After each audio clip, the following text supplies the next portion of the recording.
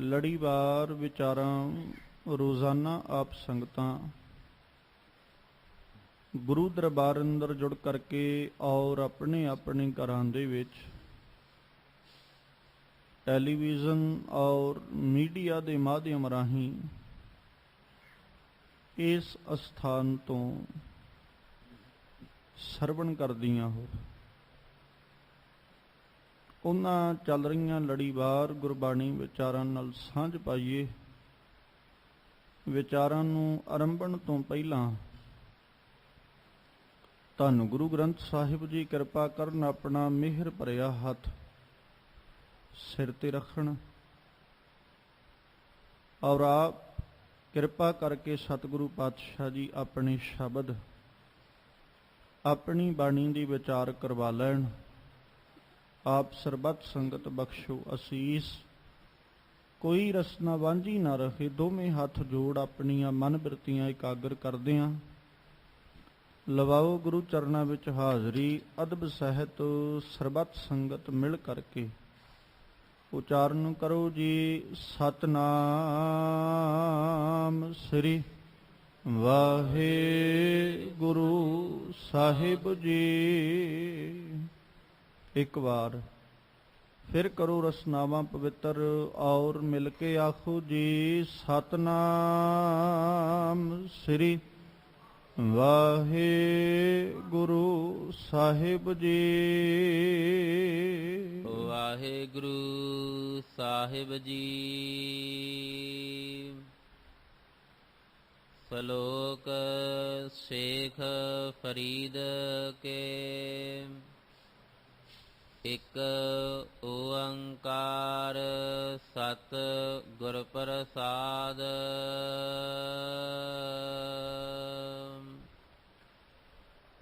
ਫਰੀਦਾ ਏ ਵਿਸ ਗੰਧਲਾ। ਧਰਿਆ ਖੰਡ ਲਿਵਾੜ।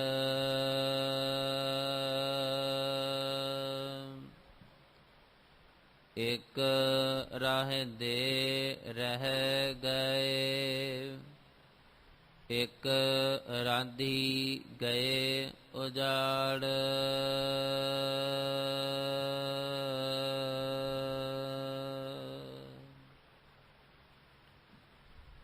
ਜਿਸ ਪਾਵਨ ਸ਼ਬਦ ਦਾ ਪਾਠ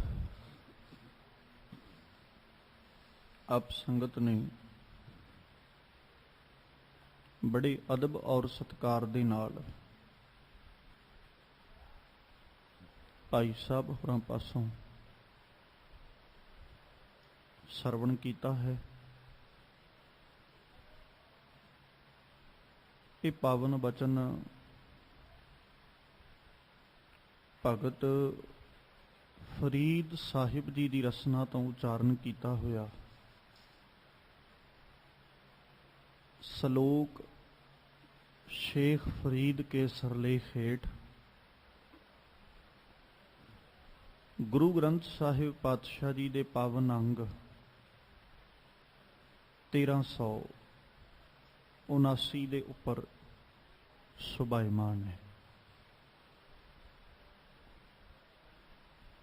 ਇਹਦੇ ਤੋਂ ਪਹਿਲਾਂ 36 ਸ਼ਲੋਕਾਂ ਤੱਕ ਦੀ ਵਿਚਾਰ ਆਪ ਸੰਗਤਾਂ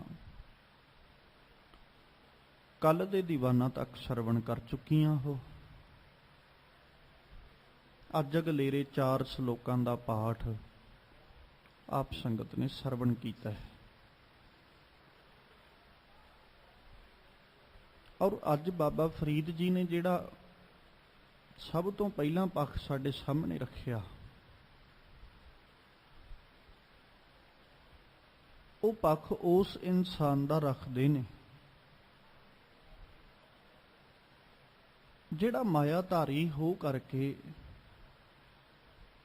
ਤੇ ਮਾਇਆ ਦੇ ਵਿੱਚ ਗਰਸਿਆ ਜਾ ਚੁੱਕਿਆ ਹੈ।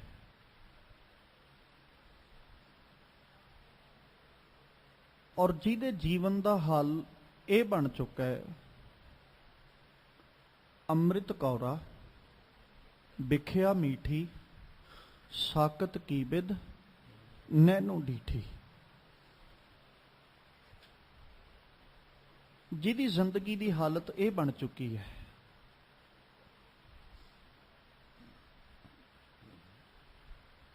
ਜਿਹਨੂੰ ਮਾਲਕ ਜੀ ਫਿਰ ਆਪਣੀ ਬਾਣੀ 'ਚ ਇੱਥੋਂ ਤੱਕ ਵੀ ਕਹਿੰਦੇ ਮਿੱਠਾ ਕਰਕੇ ਖਾਇਆ ਕੌੜਾ ਉਪਜਿਆ ਸਾਧ।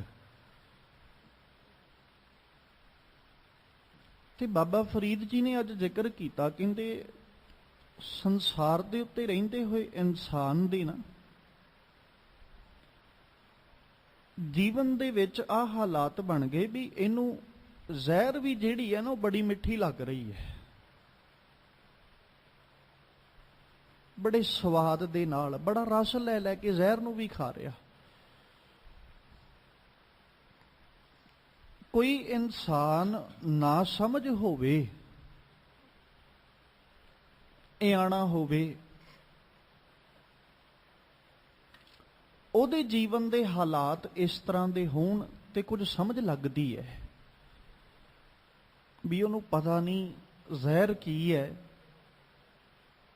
ਤੇ ਅੰਮ੍ਰਿਤ ਕੀ ਹੈ, ਜੀਵਨ ਕੀ ਹੈ ਤੇ ਮੌਤ ਕੀ ਹੈ, ਉਹਨੂੰ ਸਮਝ ਨਹੀਂ। ਫਿਰ ਤੇ ਆਪਾਂ ਕਹਿ ਸਕਦੇ ਹਾਂ ਕਿ ਉਹਦਾ ਕੀਤਾ ਹੋਇਆ ਕਰਮ ਜਿਹੜਾ ਨਾ ਅਣਜਾਣਪੁਣ ਹੈ, ਇਆਣਾਪਣ ਹੈ। ਪਰ ਪਤਾ ਹੋਣ ਦੇ ਬਾਵਜੂਦ ਵੀ ਇਨਸਾਨ ਦੇ ਸਾਹਮਣੇ ਅੰਮ੍ਰਿਤ, ਇਨਸਾਨ ਦੇ ਸਾਹਮਣੇ ਜ਼ਹਿਰ ਇਹ ਪਏ ਹੋਣ ਤੇ ਇਹ ਫਿਰ ਵੀ ਜ਼ਹਿਰ ਚੁੱਕ ਚੁੱਕ ਕੇ ਖਾਈ ਜਾਏ, ਫਿਰ ਅਸੀਂ ਇਆਣਾਪਣ ਨਹੀਂ ਕਹਿ ਸਕਦੇ। ਫਿਰ ਅਸੀਂ ਇਹ ਨਹੀਂ ਕਹਿ ਸਕਦੇ ਕਿ ਇਨਸਾਨ ਜਿਹੜਾ ਹੈ ਇਹ ਇਆਣਾ ਹੈ ਜਾਂ ਅਣਜਾਣ ਹੈ ਜਾਂ ਨਾ ਸਮਝ ਹੈ।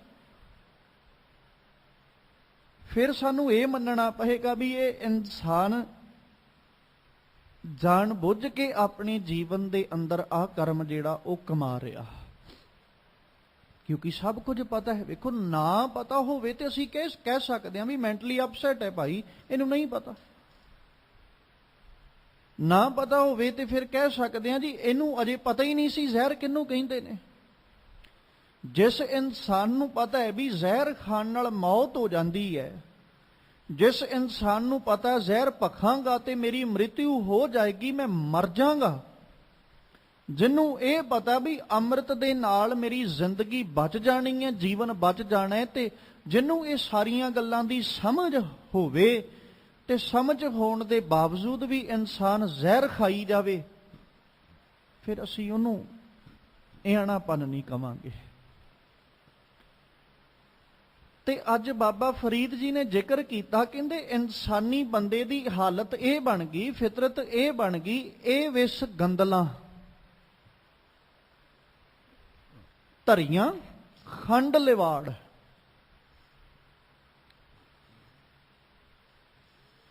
ਆ ਜਿਹੜੀ ਜ਼ਹਿਰ ਹੈ ਨਾ, ਇਹਦੇ ਉੱਤੇ ਬਸ ਇੱਕ ਖੰਡ ਦੀ ਪਰਤ ਚੜੀ ਹੋਈ ਹੈ, ਮਿੱਠੇ ਦੀ ਪਰਤ ਚੜੀ ਹੈ। ਹੈਨ ਇਹ ਵਿਸ ਦੀਆਂ ਹੀ ਗੰਦਲਾਂ, ਜ਼ਹਿਰ ਦੀਆਂ ਗੰਦਲਾਂ ਨੇ, ਪਰ ਇਹਨਾਂ ਨੂੰ ਨਾ ਲਬੇੜਿਆ ਜਿਹੜਾ ਉਹ ਖੰਡ ਨਾਲ ਹੋਇਆ। ਤੇ ਇਹ ਖੰਡ ਨਾਲ ਲਿਬੜੀਆਂ ਹੋਈਆਂ ਗੰਦਲਾਂ ਜਿਹੜੀਆਂ ਇਨਸਾਨ ਬੜਾ ਰਸ ਲੈ ਲੈ ਕੇ, ਬੜਾ ਸਵਾਦ ਲੈ ਲੈ ਕੇ ਸਾਰੀ ਜ਼ਿੰਦਗੀ ਖਾਂਦਾ, ਭੁੱਲ ਜਾਂਦਾ ਹੈ ਕਿ ਮੈਂ ਆਪਣੇ ਜੀਵਨ ਦੇ ਅੰਦਰ ਕਰਨਾ ਕੀ ਸੀ, ਕਰ ਕੀ ਰਿਹਾ, ਗ੍ਰਹਿਣ ਕੀ ਕਰਨਾ ਸੀ, ਗ੍ਰਹਿਣ ਕਰ ਕੀ ਰਿਹਾ। ਜਿਹਨੂੰ ਆਪਾਂ ਪਿੱਛੇ ਪੜ੍ਹ ਕੇ ਆਏ ਆ ਕਿ ਹਾਲਾਤ ਇਦਾਂ ਦੇ ਬਣ ਗਏ ਕਿ ਸ਼ੱਕਰ ਵੀ ਜ਼ਹਿਰ ਬਣ ਗਈ ਹੁਣ ਤੇ।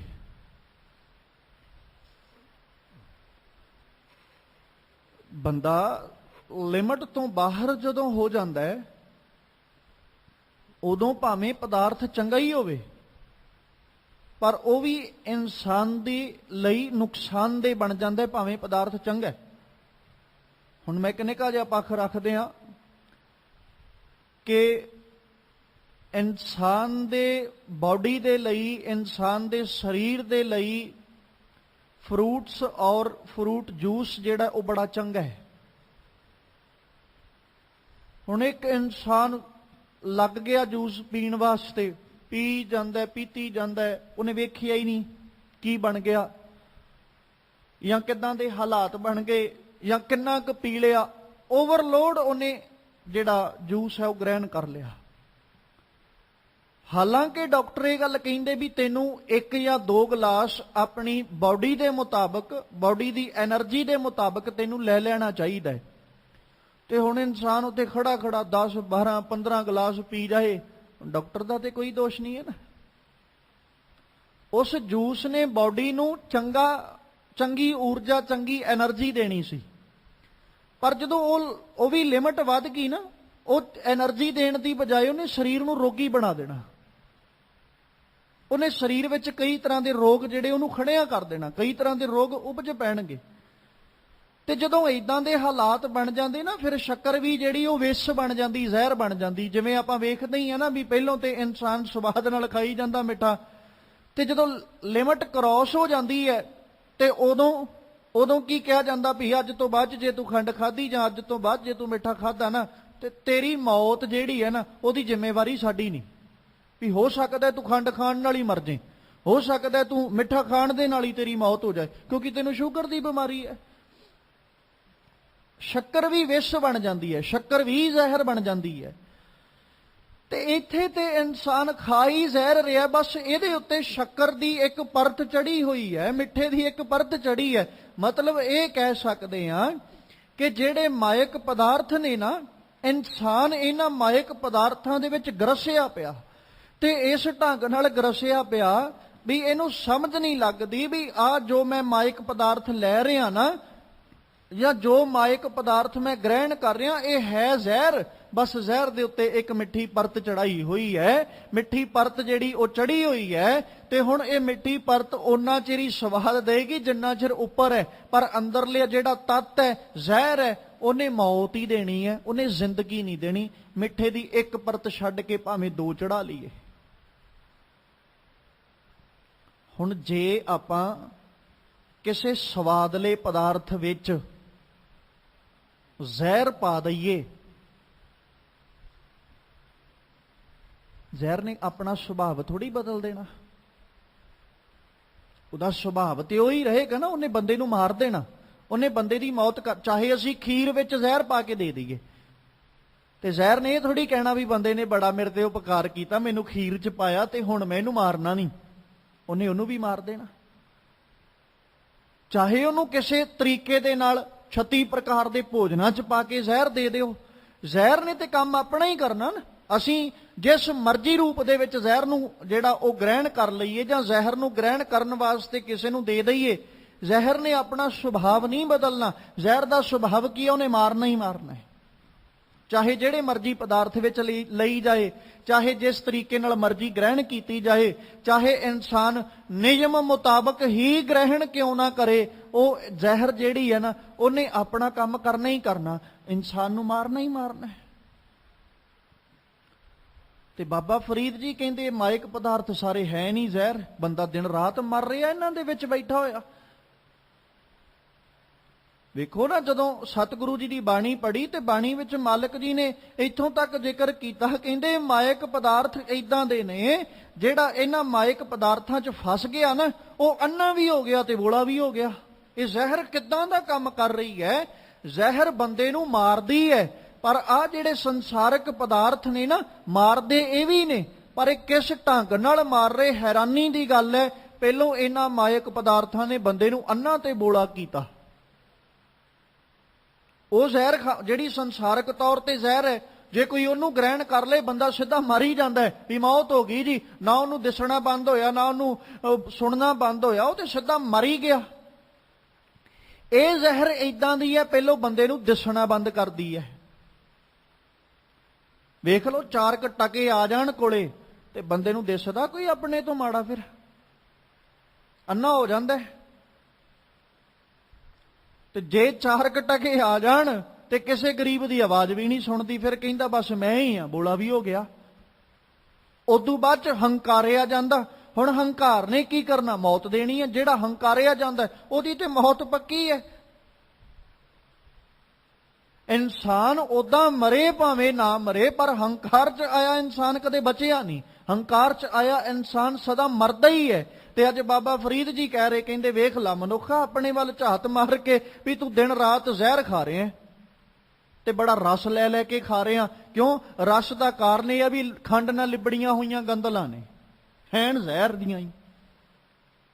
ਹੁਣ ਜ਼ਹਿਰ ਦੀ ਗੋਲੀ ਦੇ ਉੱਤੇ ਕੋਈ ਸਵਾਦਲਾ ਪਦਾਰਥ ਵੇਖ ਲਓ, ਡਾਕਟਰ ਵੀ ਮੈਡੀਸਿਨ ਦੇ ਰਹੇ ਨੇ, ਉਹ ਕੌੜੀ ਮੈਡੀਸਿਨ ਦੇ ਉੱਤੇ ਵੀ ਇੱਕ ਮਿੱਠੀ ਪਰਤ ਚੜਾ ਕੇ ਦੇ ਰਹੇ ਵੀ ਬੰਦਾ ਖਾਈ ਚੱਲੇ ਆਰਾਮ ਦੇ ਨਾਲ, ਪਰ ਹੈ ਤੇ ਕੌੜੀ ਨਾ। ਇਸੇ ਕਰਕੇ ਮੈਂ ਪਹਿਲਾਂ ਤੁਹਾਡੇ ਅੱਗੇ ਜ਼ਿਕਰ ਕੀਤਾ ਵੀ ਬੰਦੇ ਦੇ ਹਾਲਾਤ ਐਸੇ ਬਣ ਚੁੱਕੇ ਨੇ, ਅੰਮ੍ਰਿਤ ਕੌੜਾ ਵਿਖਿਆ ਮਿੱਠੀ। ਜ਼ਹਿਰ ਇਹਨੂੰ ਬੜੀ ਮਿੱਠੀ ਲੱਗ ਰਹੀ ਹੈ ਤੇ ਬੜਾ ਰਸ ਲੈ ਲੈ ਕੇ ਖਾ ਰਿਹਾ ਇਨਸਾਨ। ਸਤਿਗੁਰੂ ਜੀ ਨੇ ਨਾ ਬਾਣੀ ਦੇ ਅੰਦਰ ਇੱਥੋਂ ਤੱਕ ਜ਼ਿਕਰ ਕੀਤਾ, ਕਹਿੰਦੇ ਜਿਹੜਾ ਮਾਇਕ ਪਦਾਰਥ ਨੇ ਨਾ, ਇਹ ਗੁੜ ਰੂਪ ਹੋ ਕੇ ਪਸਰੇ ਹੋਏ ਨੇ। ਮਾਇਕ ਪਦਾਰਥ ਗੁੜ ਰੂਪ ਬਣ ਕੇ ਪਸਰੇ ਹੋਏ ਤੇ ਮਨਮੁਖ ਜਿਹੜਾ ਨਾ ਉਹ ਮੱਖੀ ਬਣ ਕੇ ਇਹਦੇ ਉੱਤੇ ਹੀ ਬੈਠਾ ਰਹਿੰਦਾ। ਹੁਣ ਗੁੜ ਹੈ ਤੇ ਮਿੱਠਾ, ਮੱਖੀ ਆਈ ਵੀ ਰਸ ਲੈਣ ਵਾਸਤੇ ਸੀ ਵੀ ਮੈਂ ਬਹਿ ਕੇ ਉੱਤੇ ਚੱਖਾਂ, ਬੈਠੀ ਰਹੀ ਵਿਚਾਰੀ। ਹੋਇਆ ਕਿ ਹੌਲੀ ਹੌਲੀ ਉਹ ਗੁੜ ਸਲਾਬਦਾ ਗਿਆ, ਸਲਾਬ ਚੜਦੀ ਗਈ, ਗਿੱਲਾ ਹੁੰਦਾ ਗਿਆ। ਉਹ ਜਿਵੇਂ ਗੁੜ ਸਲਾਬਦਾ ਗਿਆ, ਮੱਖੀ ਉੱਤੇ ਹੀ ਬਹਿੰਦੀ, ਜੁੜਦੀ ਗਈ। ਇੰਨੀ ਕੁ ਮਗਨ ਹੋ ਗਈ, ਰਸ ਲੈਂਦੀ ਲੈਂਦੀ ਉੱਡਣਾ ਹੀ ਭੁੱਲ ਗਈ ਵੀ ਉੱਡਣਾ ਵੀ ਸੀ। ਉਹ ਖੰਭ ਨਾਲ ਹੀ ਜੁੜ ਗਏ ਗੁੜ ਦੇ। ਹੁਣ ਉਹ ਜਿੰਨਾ ਮਰਜ਼ੀ ਜ਼ੋਰ ਲਾ ਲੇ ਉਹ ਨਹੀਂ ਉੱਡਦੀ। ਹੁਣ ਉਸੇ ਗੁੜ ਦੇ ਉੱਤੇ ਹੀ ਮਰਨਾ ਉਹਨੇ। ਤੇ ਆਹੀ ਹਾਲਤ ਬੰਦੇ ਦੀ ਹੈ। ਮਾਇਕ ਪਦਾਰਥਾਂ 'ਚ ਇੰਨਾ ਕੁ ਮਸਤ ਹੋਇਆ, ਇੰਨਾ ਕੁ ਖੁੱਬਿਆ ਪਿਆ, ਭੁੱਲ ਹੀ ਜਾਂਦਾ ਵੀ ਮੈਂ ਕਰਨ ਕੀ ਆਇਆ ਸੀ ਤੇ ਕਰੀ ਕੀ ਜਾਣਾ। ਤੇ ਉਹਨਾਂ ਮਾਇਕ ਪਦਾਰਥਾਂ ਉੱਤੇ ਬੈਠਾ ਹੋਇਆ ਉਹਨਾਂ ਦਾ ਰਸ ਲਈ ਜਾਂਦਾ, ਦਿਨ ਰਾਤ ਮਾਇਕ ਪਦਾਰਥਾਂ ਦਾ ਰਸ ਲੈ ਰਿਹਾ। ਤੇ ਮਾਇਕ ਪਦਾਰਥਾਂ ਦਾ ਰਸ ਲੈਂਦਾ ਹੋਇਆ ਇਨਸਾਨ ਇੰਨਾ ਕੁ ਮਸਤ ਹੁੰਦਾ, ਇਹਨਾਂ ਮਾਇਕ ਪਦਾਰਥਾਂ ਵਿੱਚ ਹੀ ਗਰਸਿਆ ਮਰ ਜਾਂਦਾ। ਪਤਾ ਹੀ ਨਹੀਂ ਲੱਗਦਾ ਕਰਨਾ ਕੀ ਸੀ, ਕਰਕੇ ਕੀ ਚਲੇ ਗਿਆ। ਤੇ ਬਾਬਾ ਫਰੀਦ ਜੀ ਕਹਿੰਦੇ ਇਹ ਵਿਸ ਗੰਦਲਾਂ ਧਰੀਆਂ ਖੰਡ ਲਿਵਾੜ। ਤੇ ਇਹਨਾਂ ਗੰਦਲਾਂ ਦੇ ਵਿੱਚ ਹੁੰਦਾ ਪਤਾ ਕੀ ਹੈ? ਕਹਿੰਦੇ ਇੱਕ ਹੈਰਾਨੀ ਦੀ ਗੱਲ ਇਹ ਹੈ ਕਿ ਬੰਦਾ ਇਸ ਜ਼ਹਿਰ ਨੂੰ ਬੀਜਦਾ ਵੀ ਆਪ ਹੈ। ਇਸ ਜ਼ਹਿਰ ਨੂੰ ਬੀਜਦਾ ਵੀ ਆਪ ਹੈ। ਇੱਕ ਤੇ ਬੀਜਦੇ ਬੀਜਦੇ ਹੀ ਮਰ ਜਾਂਦੇ ਨੇ, ਉਹਨਾਂ ਨੂੰ ਖਾਣ ਨੂੰ ਮਿਲਦਾ ਹੀ ਨਹੀਂ। ਤੇ ਇੱਕ ਆਪਣੇ ਹੱਥੀਂ ਬੀਜ ਕੇ ਤੇ ਆਪ ਹੀ ਉਜਾੜਾ ਕਰਕੇ ਚਲੇ ਜਾਂਦੇ ਨੇ। ਇੱਕ ਰਾਹਿੰਦੇ ਰਹਿ ਗਏ ਵੀ ਇੱਕ ਤੇ ਬੀਜਦੇ ਬੀਜਦੇ ਹੀ ਰਹਿ ਗਏ। ਸਾਰੀ ਜ਼ਿੰਦਗੀ ਬੰਦਾ ਮਾਇਕ ਪਦਾਰਥ ਹੀ ਜੋੜਦਾ ਰਹਿ ਗਿਆ। ਪਤਾ ਹੀ ਉਦੋਂ ਲੱਗਾ ਜਦੋਂ ਰੱਬ ਨੇ ਸੱਦਾ ਦੇ ਦਿੱਤਾ ਵੀ ਆ ਜਾ ਭਾਈ, ਹੁਣ ਬਥੇਰਾ ਕੁਝ ਜੋੜ ਲਿਆ, ਚਲੇ ਜਾਂਦਾ। ਤੇ ਇੱਕ ਐਸੇ ਸੀ ਜਿਹੜੇ ਆਪਣੇ ਹੱਥੀਂ ਉਹਨਾਂ ਸਾਰਾ ਕੁਝ ਬੀਜਿਆ। ਇੱਕ ਰਾਧੀ, ਹੁਣ ਉਹ ਬੀਜਦੇ ਰਹੇ, ਪਹਿਲੋਂ ਕਈ ਬੀਜਦੇ ਰਹੇ, ਫਿਰ ਗਏ ਉਜਾੜ। ਉਜਾੜ ਤੋਂ ਭਾਵ ਆਪ ਹੀ ਉਹ ਪਹਿਲਾਂ ਉਹਨਾਂ ਸਾਰਾ ਕੁਝ ਇਕੱਠਾ ਕੀਤਾ, ਫਿਰ ਆਪ ਹੀ ਤਿਆਗੀ ਹੋ ਕੇ ਚਲੇ ਗਏ। ਨਹੀਂ ਜੀ, ਅਸੀਂ ਤੇ ਪਰਿਵਾਰ 'ਚ ਰਹਿਣਾ ਹੀ ਨਹੀਂ, ਅਸੀਂ ਤੇ ਸੰਸਾਰ ਵਿੱਚ ਹੀ ਨਹੀਂ ਰਹਿਣਾ, ਅਸੀਂ ਤੇ ਜੰਗਲਾਂ ਵਿੱਚ ਜਾ ਕੇ ਵਸੇਬਾ ਕਰਨਾ। ਕਈ ਏਦਾਂ ਦੇ ਨੇ, ਬੀਜੀ ਉਹਨਾਂ ਵੀ ਜ਼ਹਿਰ ਹੀ ਹੈ।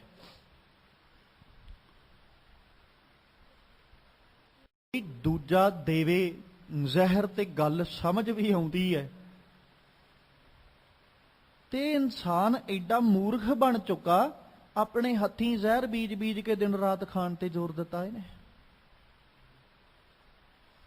ਤੇ ਜ਼ਹਿਰ ਬੀਜ ਕੇ ਖਾਣ ਲੱਗਿਆ, ਸੋਚ ਪਤਾ ਕੀ ਹੈ? ਮੇਰੀ ਜ਼ਿੰਦਗੀ ਵੱਧ ਜਾਣੀ ਹੈ, ਮੇਰੀ ਉਮਰ ਵੱਧ ਜਾਣੀ। ਹੁਣ ਬੰਦੇ ਨੂੰ ਕੋਈ ਪੁੱਛੇ, ਭਲਿਆ ਜ਼ਹਿਰ ਖਾਣ ਦੇ ਨਾਲ ਜ਼ਿੰਦਗੀ ਕਿਹਦੀ ਵਧੀ ਹੈ, ਜੀਵਨ ਕਿਹਦਾ ਵਧਿਆ? ਜ਼ਹਿਰ ਖਾਣ ਦੇ ਨਾਲ ਤੇ ਜੀਵਨ ਘਟਦਾ ਹੈ। ਜ਼ਹਿਰ ਖਾਣ ਦੇ ਨਾਲ ਮੌਤ ਨਜ਼ਦੀਕ ਆਉਂਦੀ ਹੈ। ਜ਼ਹਿਰ ਖਾਣ ਨਾਲ ਕਦੇ ਮੌਤ ਦੂਰ ਨਹੀਂ ਗਈ। ਕਿੰਨੇ ਮਾਇਕ ਪਦਾਰਥਾਂ 'ਚ ਫਸਿਆ ਬੈਠਾ ਇਨਸਾਨ। ਤੇ ਆਹ ਹਾਲਾਤ ਅੱਜ ਇੱਕ ਉਸ ਇਨਸਾਨ ਦੇ ਨੇ ਜਿਹੜਾ ਗੰਦਲਾਂ ਨੂੰ, ਵਿਸ਼ ਦੀਆਂ ਗੰਦਲਾਂ ਨੂੰ, ਜ਼ਹਿਰ ਦੀਆਂ ਗੰਦਲਾਂ ਨੂੰ ਖੰਡ ਦੀ ਪਰਤ ਚੜਾ ਚੜਾ ਕੇ ਤੇ ਖਾਧੀ ਜਾਂਦਾ ਤੇ ਕਹਿ ਰਿਹਾ ਮੈਂ ਬੜੇ ਮਿੱਠੇ ਪਦਾਰਥ ਗ੍ਰਹਿਣ ਕਰ ਰਿਹਾ, ਮੈਂ 36 ਪ੍ਰਕਾਰ ਦੇ ਭੋਜਨ ਖਾ ਰਿਹਾ। ਇਹ ਤੇ ਉਹ ਹਾਲਾਤ ਹੈ ਵੀ ਇੱਕ ਕਬੂਤਰ ਹੈ, ਉਹਦੇ ਸਾਹਮਣੇ ਬਿੱਲੀ ਬੈਠੀ ਹੈ, ਉਹ ਬਿੱਲੀ ਨੂੰ ਵੇਖ ਕੇ ਅੱਖਾਂ ਬੰਦ ਕਰਕੇ ਕਹਿੰਦਾ ਬਿੱਲੀ ਚਲੀ ਗਈ। ਹੁਣ ਕਬੂਤਰ ਦੇ ਅੱਖਾਂ ਬੰਦ ਕਰ ਲੈਣ ਦੇ ਨਾਲ ਬਿੱਲੀ ਨੇ ਚਲੇ ਨਹੀਂ ਜਾਣਾ। ਉਹ ਤੇ ਜਦੋਂ ਬਿੱਲੀ ਦਾ ਮੌਕਾ ਲੱਗਾ, ਜਦੋਂ ਉਹਦੀ ਸਬੱਬ ਬਣਿਆ, ਉਹਦਾ ਜਦੋਂ ਕਿਸੇ ਪ੍ਰਕਾਰ ਮੌਕਾ ਬਣਿਆ ਤੇ ਉਹਨੇ ਕਬੂਤਰ ਦੇ ਉੱਤੇ ਝਪਟ ਪੈਣਾ, ਉਹਨੇ ਮਾਰ ਕੇ ਹੀ ਜਾਣਾ, ਉਹਨੇ ਛੱਡ ਨਹੀਂ ਜਾਣਾ। ਕਬੂਤਰ ਦੇ ਅੱਖਾਂ ਬੰਦ ਕਰ ਲੈਣ ਨਾਲ ਬਿੱਲੀ ਚਲੀ ਨਹੀਂ ਜਾਂਦੀ।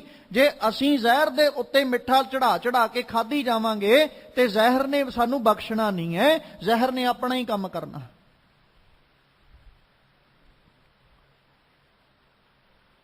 ਤੇ ਮਾਇਕ ਪਦਾਰਥਾਂ ਦੇ ਉੱਤੇ ਜੇ ਅਸੀਂ ਕਵਾਂਗੇ ਜੀ ਨਹੀਂ ਮਾਇਕ ਪਦਾਰਥ ਸਾਡੀ ਜ਼ਰੂਰਤ ਹੈ, ਸਾਡੀ ਲੋੜ ਹੈ, ਲੋੜ ਪੂਰਿਆਂ ਕਰਦਿਆਂ ਹੀ ਵਿੱਚੇ ਖਚਤ ਹੋ ਜਾਾਂਗੇ, ਇਹ ਥੋੜੀ ਹੁਣ ਸਾਨੂੰ ਉਹ ਬਖਸ਼ ਦੇਣਗੇ। ਅਸੀਂ ਤੇ ਲੋੜ ਕਰਕੇ ਵਰਤਨੇ ਸ਼ੁਰੂ ਕੀਤੇ ਸੀ ਜੀ। ਹਾਂ, ਜਿਤਨੀ ਕੁ ਲੋੜ ਹੈ ਉਨੀ ਕੁ ਜ਼ਰੂਰਤ ਵੀ ਹੈ, ਉਨਾ ਕੁ ਚਾਹੀਦਾ ਵੀ ਹੈ। ਜਿੰਨੇ ਕੁ ਪਦਾਰਥਾਂ ਦੀ ਲੋੜ ਹੈ ਉਨੇ ਕੁ ਚਾਹੀਦੇ ਵੀ ਨੇ। ਪਰ ਇਹ ਨਹੀਂ ਵੀ ਪਦਾਰਥ ਹੋਣ ਦੇ ਬਾਵਜੂਦ ਵੀ ਮੈਂ ਉਹਨਾਂ ਵਿੱਚ ਗਰਸਿਆ ਰਵਾਂ ਤੇ ਹਰ ਵਕਤ ਮੇਰੀ ਸੋਚ ਇਹ ਬਣੀ ਰਵੇ ਵੀ ਹੋਰ ਵੀ ਆ ਜਾਏ, ਹੋਰ ਵੀ ਆ ਜਾਏ।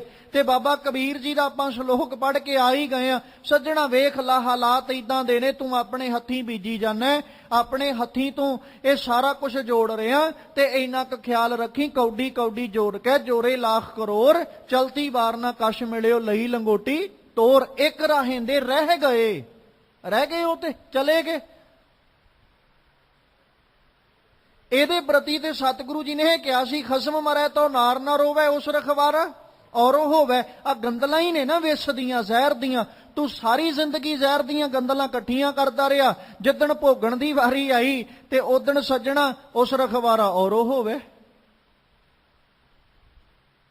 ਤੂੰ ਸਾਰੀ ਜ਼ਿੰਦਗੀ ਰੋ ਰੋ ਕੇ ਕੁਰਲਾ ਕੇ ਇਕੱਠਾ ਕਰਦਾ ਰਿਹਾ ਸਾਰਾ ਕੁਝ, ਤੇ ਜਿੱਦਣ ਤੂੰ ਜਾਣਾ ਉਦਣ ਤੇਰੇ ਇਕੱਠੇ ਕੀਤੇ ਸਮਾਨ ਨੇ ਥੋੜੀ ਕੁਰਲਾਉਣਾ ਵੀ ਆ ਚੱਲਿਆ ਜੀ ਸਾਨੂੰ ਜੋੜਨ ਵਾਲਾ। ਉਹਨਾਂ ਨੂੰ ਪਤਾ ਇੱਕ ਚੱਲਿਆ, ਚਾਰ ਅੱਗੇ ਖੜੇ ਨੇ, ਸਾਨੂੰ ਕੀ ਲੋੜ ਰੋਣ ਦੀ।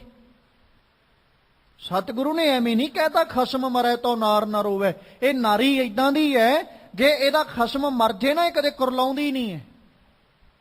ਮਾਇਆ ਕਦੇ ਕੁਰਲਾਉਂਦੀ ਨਹੀਂ ਹੈ, ਕਦੇ ਰੋਂਦੀ ਨਹੀਂ ਹੈ। ਇਹਦਾ ਖਸਮ ਮਰੇ ਸਗੋਂ ਇਹਨੂੰ ਤੇ ਪ੍ਰਸੰਨਤਾ ਹੁੰਦੀ ਹੈ। ਪਹਿਲੋਂ ਇੱਕ ਬੰਦਾ ਸਾਂਭਣ ਵਾਲਾ ਸੀ, ਹੁਣ ਇਹਦੇ 4 ਪੁੱਤਰ ਨੇ, ਅੱਗੋਂ 4 ਸਾਂਭਣਗੇ, ਉਹਨਾਂ ਨੂੰ ਤੇ ਖੁਸ਼ੀ ਹੋ ਜਾਂਦੀ ਹੈ। ਤੇ ਬਾਬਾ ਫਰੀਦ ਜੀ ਕਹਿੰਦੇ ਵੀ ਹੁਣ ਵੇਖ ਲਾ ਤੂੰ ਭਾਈ, ਇੱਕ ਰਾਹੇਂਦੇ ਰਹਿ ਗਏ, ਇੱਕ ਰੱਧ ਹੀ ਗਏ ਉਜਾੜ। ਕਈ ਆਪਣੇ ਹੱਥੀਂ ਜੋੜਦੇ ਚਲੇ ਗਏ, ਕਈ ਆਪਣੇ ਹੱਥੀਂ ਜੋੜ ਕੇ ਤੇ ਫਿਰ ਉਜਾੜਾ ਕਰਕੇ ਆਪ ਹੀ ਚਲੇ ਗਏ। ਫਰੀਦਾ 4 ਗਵਾਇਆ ਹੰਡ ਕੈ, 4 ਗਵਾਇਆ ਸਮ।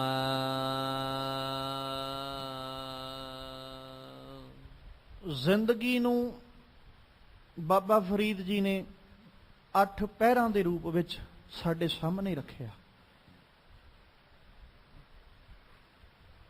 ਤੇ ਬਾਬਾ ਫਰੀਦ ਜੀ ਕਹਿੰਦੇ ਇਹ ਬੰਦਾ ਇਦਾਂ ਦਾ, ਐਡਾ ਮੂਰਖ ਹੈ, ਹੰਡ ਕੇ ਤੇ ਸਮ ਕੇ 8 ਦੇ 8 ਪਹਿਰ ਹੀ ਗਵਾ ਲੈਂਦਾ ਹੈ। ਹੰਡ ਕੇ ਤੇ ਸਮ ਕੇ 4 ਗਵਾਇਆ, ਹੰਡ ਕੇ 4 ਗਵਾਇਆ, ਸਮ ਦਾ ਮਤਲਬ ਸੌਂ ਕੇ, ਹੰਡ ਦਾ ਮਤਲਬ ਹੰਡਾ ਕੇ ਦੁਨਿਆਵੀ ਕਾਰ ਵਿਹਾਰ ਕਰਦਾ ਹੋਇਆ। ਜਿਹਨੂੰ ਆਪਾਂ ਪੜ੍ਹਦੇ ਹਾਂ ਵੀ ਇਸ ਇਨਸਾਨ ਨੇ ਇਦਾਂ ਦਾ ਜਿਹੜਾ ਜੀਵਨ ਹੈ ਉਹ ਗੁਜ਼ਾਰਿਆ, ਇਸ ਢੰਗ ਦੇ ਨਾਲ ਜੀਵਨ ਬਤੀਤ ਕੀਤਾ ਵੀ ਅੱਧੀ ਜ਼ਿੰਦਗੀ ਤੇ ਇਹ ਕੇਵਲ ਮਾਇਕ ਪਦਾਰਥਾਂ ਪਿੱਛੇ ਹੀ ਦੌੜਿਆ ਫਿਰਿਆ। ਫਿਰ ਸੌਣ ਵਾਲੇ ਪਾਸੇ ਆ ਗਿਆ ਤੇ ਕੀਤਾ ਕਿ ਹੀਰਿਆਂ ਵਰਗਾ ਜਿਹੜਾ ਜਨਮ ਸੀ ਉਹਨੂੰ ਕੌਡੀਆਂ ਦੇ ਭਾਅ ਗਵਾ ਕੇ ਚਲਾ ਗਿਆ। ਇਹੀ ਬਣਿਆ ਨਾ, ਜਿਹੜਾ ਹੀਰੇ ਜੈਸਾ ਜਨਮ ਹੈ ਕੌਡੀ ਬਦਲੇ ਜਾਏ। ਕੌਡੀਆਂ ਦੇ ਭਾਅ ਵੇਚ ਕੇ ਚੱਲਿਆ ਤੇ ਕੌਡੀਆਂ ਦੇ ਭਾਅ ਵੇਚਣ ਵਾਲਾ ਜਿਹੜਾ ਜੀਵਨ ਜਿਹੜਾ ਵੇਚ ਕੇ ਚੱਲਿਆ ਉਹ ਜੀਵਨ ਸੀ ਹੀਰਿਆਂ ਦਾ, ਹੀਰਿਆਂ ਦੇ ਮੁੱਲ ਦਾ, ਹੀਰਿਆਂ ਦੀ ਕੀਮਤ ਦਾ। ਤੇ ਹੀਰਿਆਂ ਦੀ ਕੀਮਤ ਤੋਂ ਵੀ ਜੇ ਆਪਾਂ ਵਧੇਕ ਕੀਮਤੀ ਕਹਿ ਦਾਂਗੇ ਨਾ ਤੇ ਕੋਈ ਅਤਕਥਨੀ ਨਹੀਂ ਹੈ। ਜੀਵਨ ਹੀਰਿਆਂ ਤੋਂ ਵੀ ਬਹੁਮੁੱਲ ਹੈ, ਕਿਉਂਕਿ ਹੀਰੇ ਦੇ ਕੇ ਵੀ ਜ਼ਿੰਦਗੀ ਸਾਨੂੰ ਕਦੇ ਵਾਪਸ ਨਹੀਂ ਮਿਲੀ। ਹੀਰੇ ਦੇ ਕੇ ਵੀ ਜੀਵਨ ਸਾਨੂੰ ਕਦੇ ਵਾਪਸ ਨਹੀਂ ਮਿਲਿਆ। ਤੇ ਇਨਸਾਨ ਨੇ ਕੀ ਕੀਤਾ?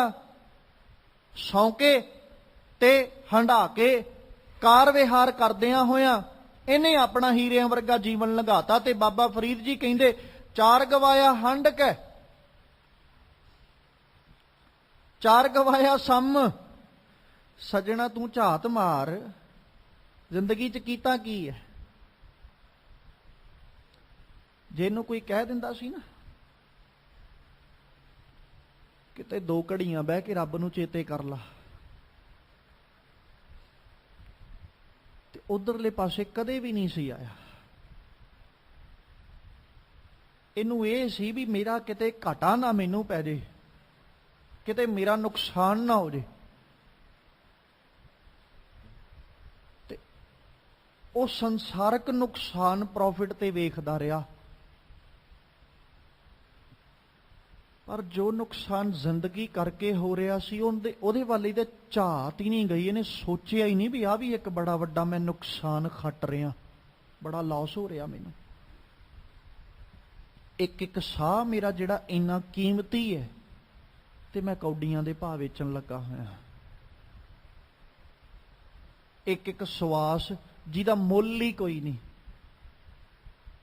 ਜਿਹੜਾ ਮੁੱਲ ਦੇ ਕੇ ਵੀ ਨਹੀਂ ਮਿਲਣਾ, ਮੈਂ ਉਹਦੇ ਬਦਲੇ ਵਿੱਚ ਆ ਸਾਰਾ ਕੁਝ ਜੁੜੀ ਜਾਣਾ ਤੇ ਉਹ ਗਵਾਈ ਜਾਣਾ। ਜਿਵੇਂ ਇੱਕ ਨਾ ਰਾਜਾ ਸੀ, ਉਹਨੇ ਰਾਜ ਭਾਗ ਬੜਾ ਇਕੱਠਾ ਕਰ ਲਿਆ, ਬੜਾ ਵੱਡਾ ਹੋ ਗਿਆ ਰਾਜਾ। ਉਹ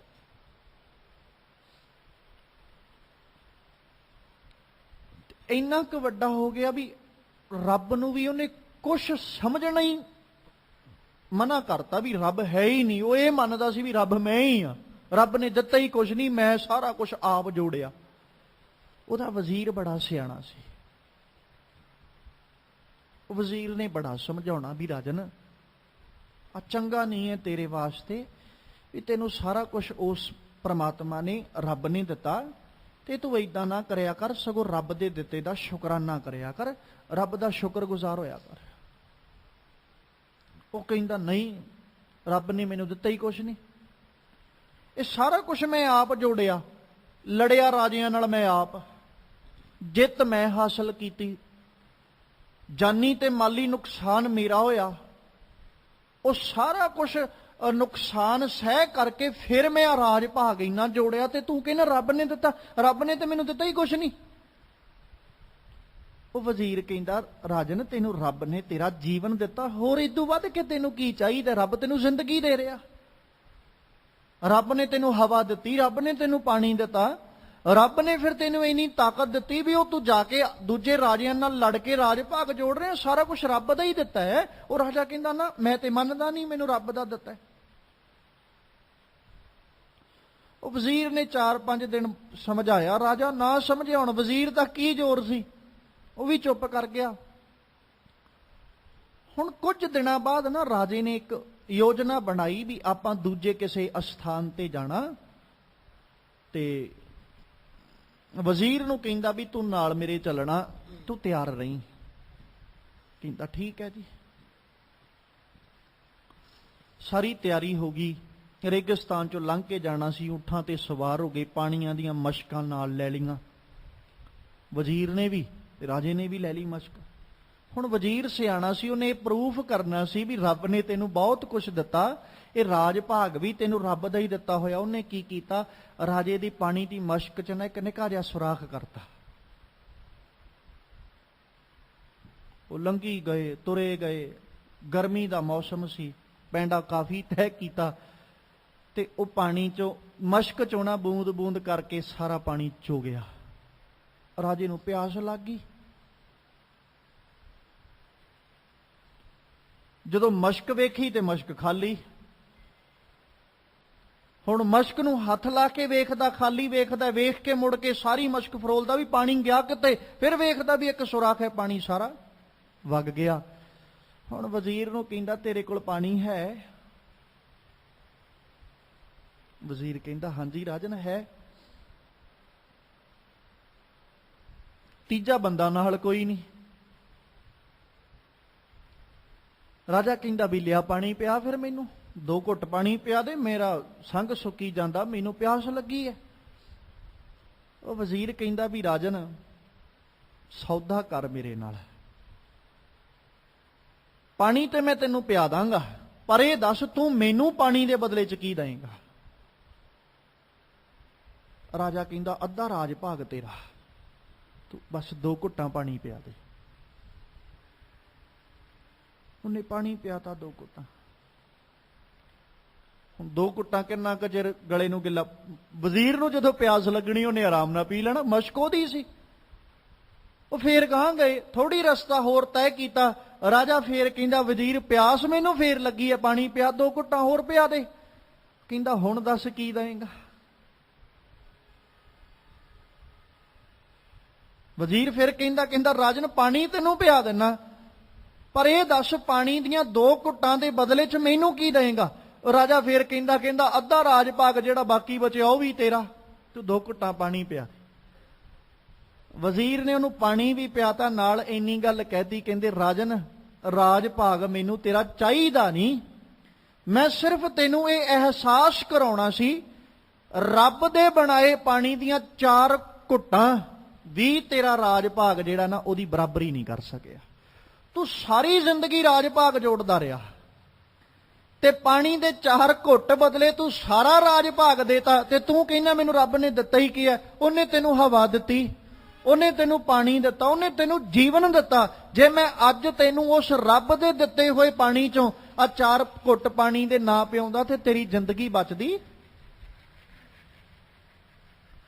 ਫਿਰ ਰਾਜੇ ਨੂੰ ਮੰਨਣਾ ਪਿਆ ਵੀ ਸੱਚਮੁੱਚ ਅਕਾਲ ਪੁਰਖ ਸਾਡੇ ਤੇ ਬੜੀ ਰਹਿਮਤ, ਪਰਮੇਸ਼ਵਰ ਬੜੀ ਬਖਸ਼ਿਸ਼ ਕਰਦਾ, ਉਹਨੇ ਬੜੀਆਂ ਅਮੋਲਕ ਦਾਤਾਂ ਤੇ ਬੜੇ ਅਮੋਲਕ ਪਦਾਰਥ ਉਹਨੇ ਸਾਨੂੰ ਦੇ ਕੇ ਨਵਾਜਿਆ ਹੋਇਆ।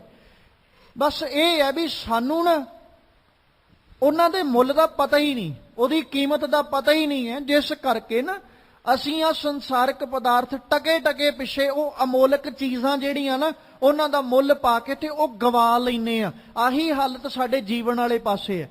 ਆ 4 ਟਕਿਆਂ ਪਿੱਛੇ ਅਸੀਂ ਆਪਣਾ ਸਾਰਾ ਜੀਵਨ ਵਿਅਰਥ ਗਵਾ ਦਿੰਨੇ, ਸਾਰੀ ਜ਼ਿੰਦਗੀ ਜੋੜੀ ਜਾਂਦੇ ਆ।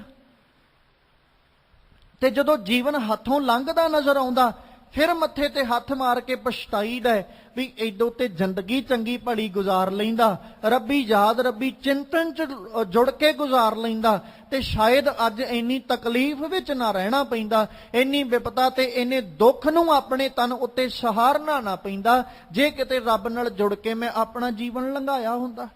ਤੇ ਬਾਬਾ ਫਰੀਦ ਜੀ ਕਹਿੰਦੇ 4 ਗਵਾਇਆ ਹੰਡ ਕਹਿ 4 ਗਵਾਇਆ ਸਮ। ਤੂੰ ਦੱਸ ਭਾਈ ਹੁਣ ਜੀਵਨ 'ਚ ਕੀ ਕੀਤਾ ਆਪਣੇ? 4 ਪਹਿਰ ਤੂੰ ਆਪਣੀ ਜ਼ਿੰਦਗੀ ਦੇ ਮਤਲਬ ਅੱਧਾ ਸਮਾਂ ਤੂੰ ਆਪਣੀ ਜ਼ਿੰਦਗੀ ਦਾ ਮਾਇਆ ਧਾਰੀ ਬਣ ਕੇ ਹੀ ਲੰਘਾਤਾ, ਹੰਡ ਕੇ ਲੰਘਾਤਾ। ਇਧਰੋਂ ਵੀ ਮਾਇਆ ਜੋੜ ਲਓ, ਇਧਰੋਂ ਵੀ ਮਾਇਆ ਜੋੜ ਲਓ, ਤੇ ਜਦੋਂ ਫੇਰ 4 ਪਹਿਰ ਬਾਕੀ ਰਹਿ ਗਏ ਉਹ ਤੂੰ ਸੌਂ ਕੇ ਲੰਘਾਤੇ। ਔਰ ਵਿਦਵਾਨਾਂ ਦਾ ਮੰਨਣਾ ਹੈ ਕਿ ਜਿੰਨਾ ਸਮਾਂ ਇਨਸਾਨ ਜਾਗ ਕੇ ਲੰਘਾਉਂਦਾ ਹੈ ਨਾ, ਮਤਲਬ ਜੇ 100 ਸਾਲ ਦੀ ਜ਼ਿੰਦਗੀ ਹੈ ਨਾ, 100 ਸਾਲਾਂ ਦੇ ਵਿੱਚੋਂ 50 ਸਾਲ ਇਨਸਾਨ ਖਾਣ ਪੀਣ ਸੌਣ ਦੇ ਵਿੱਚ ਲੰਘਾਉਂਦਾ, 50 ਸਾਲ ਉੱਠ ਕੇ, ਅੱਧੀ ਜ਼ਿੰਦਗੀ ਸੌਂ ਕੇ ਤੇ ਅੱਧੀ ਜਾਗ ਕੇ। ਹੁਣ ਉਹ 50 ਸਾਲ ਜਿਹੜੇ ਜਾਗ ਕੇ ਲੰਘਾ ਰਹੇ ਆ, ਉਹਨਾਂ 50 ਸਾਲਾਂ 'ਚ ਅਸੀਂ ਕੀ ਕਰ ਰਹੇ ਆ ਪਤਾ ਤੇ ਇੱਥੇ ਲੱਗਣਾ। ਜਦੋਂ ਗੁਰੂ ਨਾਨਕ ਸਾਹਿਬ ਨੂੰ ਪੜ੍ਹਦੇ ਆ ਨਾ ਤੇ ਸ਼੍ਰੀ ਰਾਗ ਦੇ ਵਿੱਚ ਦੂਸਰਾ ਸ਼ਬਦ ਗੁਰੂ ਨਾਨਕ ਸਾਹਿਬ ਦਾ, ਤੇ ਉਹਨਾਂ ਉਹਦੇ ਵਿੱਚ ਨਾ ਇੱਕ ਬੜੀ ਪਿਆਰੀ ਬਾਤ ਰੱਖੀ ਸੀ, ਕਹਿੰਦੇ ਕੋਟ ਕੋਟੀ ਮੇਰੀ ਆਰਜਾ ਪਵਨ ਪੀਣ ਅਪਿਆਓ ਚੰਦ ਸੂਰਜ ਦੋਏ ਗੁਫੈ ਨਾ ਦੇਖਾਂ ਸੁਪਨੇ ਸੌਣ ਨਾ ਥਾਉ। ਬੜਾ ਪਿਆਰਾ ਪੱਖ ਹੈ। ਕਹਿੰਦੇ ਕਰੋੜਾਂ ਸਾਲ ਮੇਰੀ ਉਮਰ ਹੋ ਜਾਏ, ਮੰਨ ਲਓ 1 ਕਰੋੜ ਸਾਲ ਮੇਰੀ ਉਮਰ ਹੋ ਜਾਏ, ਹੁਣ ਉਹਦੇ ਚੋਂ 50 ਲੱਖ ਸਾਲ ਤੇ ਸੌਂ ਕੇ ਤੇ ਖਾ ਕੇ ਹੀ ਲੰਘਣੀ ਨਾ, ਅੱਧੀ ਉਮਰ ਸੌਂ ਕੇ ਤੇ ਖਾ ਕੇ ਲੰਘਦੀ ਹੈ। ਬਾਬਾ ਨਾਨਕ ਜੀ ਨੇ ਉਹ ਕੰਮ ਹੀ ਪਾਸੇ ਰੱਖਤਾ, ਉਹ ਕਨਸੈਪਟ ਹੀ ਪਾਸੇ ਕਰਤਾ। ਕਹਿੰਦੇ ਪਵਨ ਪੀਣ ਅਪਿਆਓ, ਖਾਣ ਪੀਣ ਦੇ ਲਈ ਮੈਨੂੰ ਬਹਿਣਾ ਨਾ ਪਏ, ਹਵਾ ਵਿੱਚੋਂ ਹੀ ਮੈਂ ਆਪਣਾ ਸਾਰਾ ਕੁਝ, ਮਤਲਬ ਪੌਣ ਆਹਾਰੀ ਬਣ ਜਾ, ਮੈਂ ਹਵਾ ਦੇ ਸਹਾਰੇ ਜਿਉਵਾਂ, ਖਾਣ ਪੀਣ ਦਾ ਕੰਮ ਹੀ ਖਤਮ ਕਰਤਾ। ਫਿਰ ਕਹਿੰਦੇ ਸੁਪਨੇ ਵਿੱਚ ਵੀ ਮੈਂ ਸੌਣ ਬਾਰੇ ਸੋਚਾਂ ਹੀ ਨਾ। ਅਸਲ ਵਿੱਚ ਸੌਣਾ ਤੇ ਕੀ, ਸੁਪਨੇ ਵਿੱਚ ਵੀ ਮੈਂ ਸੋਚਾਂ ਨਾ ਵੀ ਮੈਂ ਸੌਣਾ ਹੈ। ਫਿਰ ਚੰਦ ਸੂਰਜ ਦੋਏ ਗੁਫੇ ਨਾ ਦੇਖਾਂ, ਇਹਨਾਂ ਨੂੰ ਮੈਂ ਵੇਖਾਂ ਵੀ ਨਾ। ਸੁਪਨੇ ਸੌਣ ਨਾ ਥਾਉ, ਸੌਣ ਦੀ ਗੱਲ ਮੈਂ ਸੁਪਨੇ ਵਿੱਚ ਵੀ ਨਾ ਕਰਾਂ। ਪਰ ਰੱਬ ਜੀ ਭੀ ਤੇਰੀ ਕੀਮਤ ਨਾ ਪਵੇ, ਹਉਕੇ ਵਡ ਆਖਾਂ ਨਾ। ਉੱਥੇ ਬਾਤ ਭਾਵੇਂ ਹੋਰ ਹੈ, ਪਰ ਜਿਹੜਾ ਪੱਖ ਮੈਂ ਰੱਖਣ ਲੱਗਿਆ ਉਹ ਇਹ ਹੈ ਵੀ ਜੇ ਕਰੋੜਾਂ ਸਾਲ ਦੀ ਜ਼ਿੰਦਗੀ ਵੀ ਸਾਨੂੰ ਮਿਲ ਜੇ ਨਾ, ਕਰੋੜਾਂ ਸਾਲ ਦਾ ਵੀ ਜੀਵਨ ਮਿਲ ਜਾਏ, ਤੇ ਕਰੋੜਾਂ ਸਾਲ ਵੀ ਜੇ ਅਸੀਂ ਰੱਬ ਦੀ ਸ਼ੋਭਾ ਕਰਦੇ ਰਹੀਏ ਨਾ, ਤੇ ਰੱਬ ਦੀ ਸ਼ੋਭਾ ਦਾ ਅੰਤ ਵੀ ਫਿਰ ਨਹੀਂ, ਫਿਰ ਵੀ ਉਹਦੇ ਬਾਰੇ ਅਸੀਂ ਕੁਝ ਆਖ ਨਹੀਂ ਸਕਦੇ। ਇੱਥੇ ਤੇ ਸਾਡੇ ਕੋਲ ਜੀਵਨ ਹੀ ਕੁਝ ਗਿਣਤੀ ਦੇ ਸਾਲਾਂ ਦਾ, ਉਸ ਗਿਣਤੀ ਦੇ ਸਾਲਾਂ ਵਿੱਚ ਵੀ ਅਸੀਂ ਰੱਬ ਨੂੰ ਕਦੇ ਚੇਤੇ ਨਹੀਂ ਕੀਤਾ। ਖਾ ਪੀ ਕੇ ਸੌਂ ਕੇ ਹੰਡਾ ਕੇ ਤੇ ਅਸੀਂ ਜੀਵਨ ਲੰਘਾ ਦਿੰਨੇ ਆ। ਇਸੇ ਕਰਕੇ ਸਤਿਗੁਰੂ ਨੇ ਬਾਣੀ ਚ ਆਖਿਆ ਸੀ, ਖਾਣਾ ਪੀਣਾ ਹੱਸਣਾ ਸੌਣਾ ਵਿਸਰ ਗਿਆ ਕੇ ਮਰਨਾ।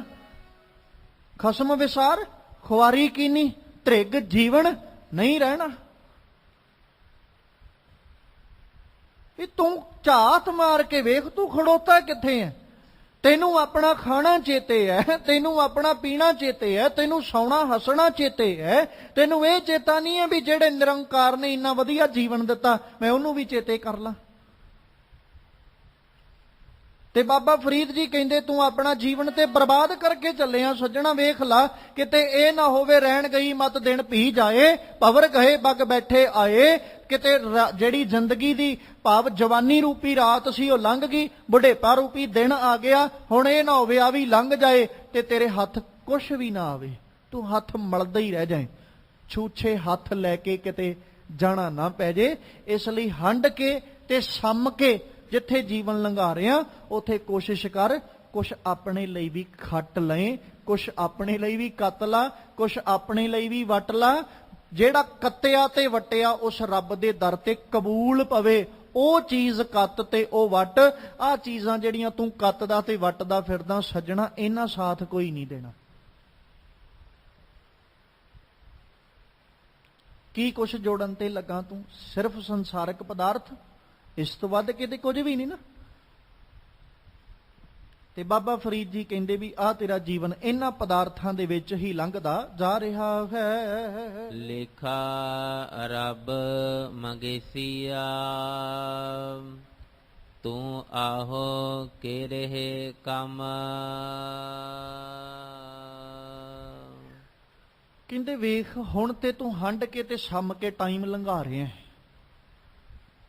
ਤੂੰ ਕਹਿੰਦਾ ਟਾਈਮ ਪਾਸ ਕਰ ਰਿਹਾ ਮੈਂ।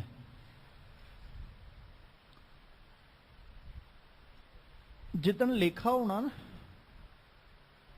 ਲੇਖਾ ਰੱਬ ਮੰਗੇ ਸੀਗਾ, ਜਿੱਦਣ ਰੱਬ ਨੇ ਲੇਖਾ ਮੰਗਿਆ ਤੇ ਉਹਨੇ ਇਹ ਜ਼ਰੂਰ ਪੁੱਛਣਾ ਵੀ ਤੂੰ ਆਹੋ ਕਿਹੜੇ ਕੰਮ, ਤੂੰ ਕਿਹੜੇ ਕੰਮ ਆਇਆ ਸੀ ਤੇ ਕਰਕੇ ਕੀ ਚੱਲਿਆ। ਉਹਨੇ ਜ਼ਰੂਰ ਪੁੱਛਣਾ ਤੂੰ ਕੰਮ ਕਿਹੜੇ ਆਇਆ ਸੀ ਤੇ ਕਰਕੇ ਤੂੰ ਕੀ ਚੱਲਿਆ। ਉਹਨੇ ਤੈਨੂੰ ਜ਼ਰੂਰ ਪੁੱਛਣਾ ਹੈ ਜਿੱਦਣ ਲੇਖਾ ਮੰਗਿਆ ਜਾਣਾ। ਤੇ ਜਿੱਦਣ ਲੇਖਾ ਮੰਗਿਆ ਜਾਣਾ ਉਦਣ ਖਿਆਲ ਰੱਖੀ, ਧਰਮ ਰਾਏ ਜਬ ਲੇਖਾ ਮੰਗੈ ਕਿਆ ਮੁਖ ਲੈ ਕੇ ਜਾਏਗਾ। ਕਿਹੜਾ ਮੁਖ ਲੈ ਕੇ ਜਾਏਗਾ ਉਦਣ।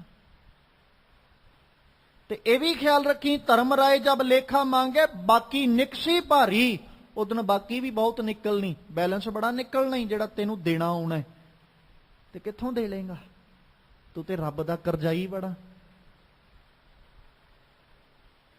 ਤੇ ਉਹਨੇ ਆਪ ਬਹਿਣਾ ਹੀ ਜਿੱਦਣ ਲੇਖਾ ਮੰਗਿਆ ਨਾ, ਉਹਨੇ ਲੇਖਾ ਲਿਆ ਉਦਣ ਲੇਖਾ ਰੱਬ ਮੰਗੇਸੀਆ ਬੈਠਾ ਕੱਢ ਵਹੀ। ਉਹਨੇ ਸਾਰੀ ਫਰੋਲ ਲੈਣੀ ਸ਼ੁਰੂ ਤੋਂ ਵੀ ਇੰਨਾ ਸਮਾਂ ਤੈਨੂੰ ਗਰਭ ਵਿੱਚ ਰੱਖਿਆ, ਇੰਨੇ ਸਵਾਸ ਤੂੰ ਗਰਭ ਵਿੱਚ ਲਏ, ਇੰਨੇ ਸਵਾਸ ਧਰਤੀ ਤੇ ਲਏ, ਇੰਨਾ ਤੂੰ ਪਾਣੀ ਵਰਤਿਆ, ਇੰਨੀ ਹਵਾ ਵਰਤੀ ਹੈ, ਤੇ ਇੰਨਾ ਕੁ ਤੂੰ ਧਰਤੀ ਦਾ ਹਿੱਸਾ ਵਰਤਦਾ ਰਿਹਾ। ਤੇ ਸੱਜਣਾ ਹੁਣ ਕੱਲੀ ਕੱਲੀ ਚੀਜ਼ ਦਾ ਹਿਸਾਬ ਦੇ। ਉਹਨੇ ਵਹੀ ਕੱਢ ਕੇ ਬਹਿ ਜਾਣਾ। ਤੇ ਸਤਿਗੁਰੂ ਬਾਣੀ 'ਚ ਪਤਾ ਕੀ ਕਹਿੰਦੇ, ਰੱਬ ਜਿੱਦਣ ਲੇਖਾ ਲੈਂਦਾ ਨਾ ਉਦਣ ਫਿਰ ਉਹਦੇ ਵਾਂਗੂ ਲੈਂਦਾ, ਇੱਕ ਬਾਣੀਏ ਵਾਂਗੂ ਜਿਹੜਾ ਪੰਜੀ ਦਾ ਹਿਸਾਬ ਕਰਦਾ, ਇੱਕ ਇੱਕ ਸਵਾਸ ਦਾ ਹਿਸਾਬ ਲੈਣਾ ਉਹਨੇ ਤੇਰੇ ਤੋਂ। ਤੂੰ ਜੇ ਇੱਕ ਗਲਾਸ ਪਾਣੀ ਦਾ ਪੀਤਾ ਨਾ ਤੇ ਸੱਜਣਾ ਉਹਨੇ ਤੇਰੇ ਤੋਂ ਇੱਕ ਗਲਾਸ ਹੀ ਪਾਣੀ ਦਾ ਹਿਸਾਬ ਲੈਣਾ। ਤੂੰ ਉਹਨੇ ਇਹ ਥੋੜੀ ਕਹਿਣਾ ਵੀ ਚੱਲ ਅੱਧੇ ਗਲਾਸ ਦਾ ਹਿਸਾਬ ਦੇ ਤੇ ਅੱਧੇ ਦਾ ਰਹਿਣ ਦੇ। ਜੇ ਇੱਕ ਗਲਾਸ ਪਾਣੀ ਦਾ ਭਰ ਕੇ 4 ਬੂੰਦਾਂ ਗਲਾਸ ਚੋਂ ਥੱਲੇ ਵੀ ਡਿੱਗੀਆਂ ਹੋਈਆਂ ਨਾ ਸੱਜਣਾ ਉਹਨੇ 4 ਬੂੰਦਾਂ ਦਾ ਵੀ ਹਿਸਾਬ ਲੈਣਾ। ਤੂੰ ਹੁਣ ਤੁਰਿਆ ਚੱਲ ਕਿਸ ਤਰੀਕੇ ਨਾਲ ਤੁਰਦਾ ਹੈ, ਪਰ ਇੰਨਾ ਕੁ ਖਿਆਲ ਰੱਖ ਕੇ ਚੱਲੀ, ਲੇਖਾ ਰੱਬ ਮੰਗੇਸੀਆ ਤੂੰ ਆਹੋ ਕਿਹੜੇ ਕੰਮ, ਜਿੱਦਣ ਰੱਬ ਨੇ ਲੇਖਾ ਮੰਗਣਾ ਉਦਣ ਉਹਨੇ ਤੈਨੂੰ ਪੁੱਛਣਾ ਹੈ ਵੀ ਤੈਨੂੰ ਕਿਹੜੇ ਕੰਮ ਭੇਜਿਆ ਸੀ ਤੇ ਤੂੰ ਕੀਤਾ ਕੀ ਹੈ, ਤੈਨੂੰ ਕਿਹੜੇ ਕਰਮ ਵਾਸਤੇ ਭੇਜਿਆ ਸੀ ਤੇ ਤੂੰ ਕਰਕੇ ਕੀ ਚੱਲਿਆ। ਜੀਵਨ ਮਿਲਿਆ ਕਿਉਂ ਸੀ? ਆਇਓ ਸੁਣਨ ਪੜਨ ਕੋ ਬਾਣੀ, ਤੇ ਕੀਤਾ ਕੀ? ਨਾਮ ਵਿਸਾਰ ਲੱਗੇ ਅੰਨ ਲਾਲਚ। ਇੱਥੇ ਜੀਵਨ ਲੰਘ ਗਿਆ ਨਾ, ਬਿਰਥਾ ਜਨਮ, ਸਾਰੇ ਦਾ ਸਾਰਾ ਜੀਵਨ ਵਿਅਰਥ ਚਲੇ ਗਿਆ ਨਾ, ਅਜਾਈਂ ਚਲੇ ਗਿਆ, ਕਿਉਂਕਿ ਜਿਹੜੇ ਕੰਮ ਨੂੰ ਆਇਆ ਸੀ ਉਹ ਕੀਤਾ ਹੀ ਕੋਈ ਨਹੀਂ। ਮਿਲ ਜਗਦੀਸ਼ ਮਿਲਣ ਕੀ ਬਰੀਆ, ਚਿਰੰਕਾਲ ਇਹ ਦੇ ਸੰਜਰੀਆ। ਤੇ ਕਿੱਥੇ ਜਗਦੀਸ਼ ਨਾਲ ਮਿਲਾਪ ਕੀਤਾ? ਕਿੱਥੇ ਉਸ ਜਗਤ ਦੇ ਈਸ਼ਵਰ ਨੂੰ ਜਾ ਕੇ ਤੂੰ ਮਿਲਾਪ ਤੇ ਛੱਡ, ਇੱਕ ਕਿਤੇ ਉਹ ਸਮਾਂ ਹੀ ਚੇਤਾ ਕਰਾ ਦੇ ਜਦੋਂ ਬਹਿ ਕੇ ਜਗਤ ਦੇ ਈਸ਼ਵਰ ਨੂੰ ਤੂੰ ਚੇਤਾ ਕੀਤਾ ਹੋਵੇ ਵੀ ਰੱਬਾ ਆਹ ਸਮਾਂ ਸੀ ਜਦੋਂ ਮੈਂ ਤੈਨੂੰ ਚੇਤੇ ਕੀਤਾ। ਤੇ ਫਿਰ ਇਹ ਵੀ ਖਿਆਲ ਰੱਖੀ ਉੱਥੇ ਪੜਦਾ ਵੀ ਕਿਸੇ ਨਹੀਂ ਉਹ ਟਕਣਾ, ਉੱਥੇ ਨਹੀਂ ਕਿਸੇ ਨੇ ਬਚਾਉਣਾ।